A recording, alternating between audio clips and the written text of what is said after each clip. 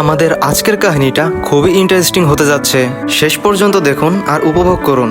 গল্পের শুরুতে আমরা যাকে দেখতে পাচ্ছি সে হলো ফেয়ারল্যান্ড রাজ্যের রাজপুত্র সার্ফি। তিনি খুবই সৎ, মহৎ ও একজন বীর যোদ্ধাও। রাজ্যের সবাই তাকে অনেক ভালোবাসে। একদিন সে তার বাবা রাজা জোরানকে খুব চিন্তিত অবস্থায় বসে থাকতে দেখে। তারপর সে এসে জিজ্ঞাসা করে, পিতা আপনাকে এত চিন্তিত দেখাচ্ছে কেন? তারপর তার বাবা তাকে বলে, পাশের রাজ্যের অত্যাচারী রাজা দ্রাব আমাদের রাজ্য দখল করার জন্য সৈন্য সামন্ত প্রস্তুত করছে।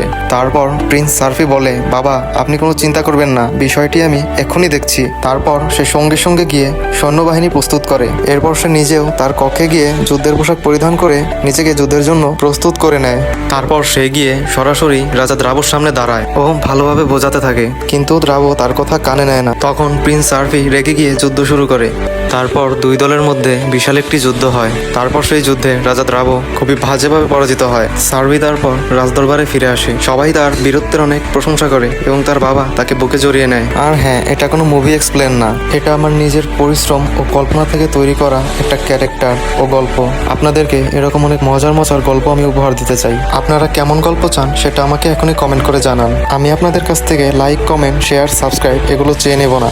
আমার বিশ্বাস আপনারা সবসময় আমাকে নিজের ভাই মনে করে সাপোর্ট করে যাবেন। সবাই ভালো থাকবেন, সুস্থ থাকবেন আর এইভাবে আমাকে সাপোর্ট করবেন। দেখা হবে পরের কোনো ভিডিওতে। আসসালামু আলাইকুম।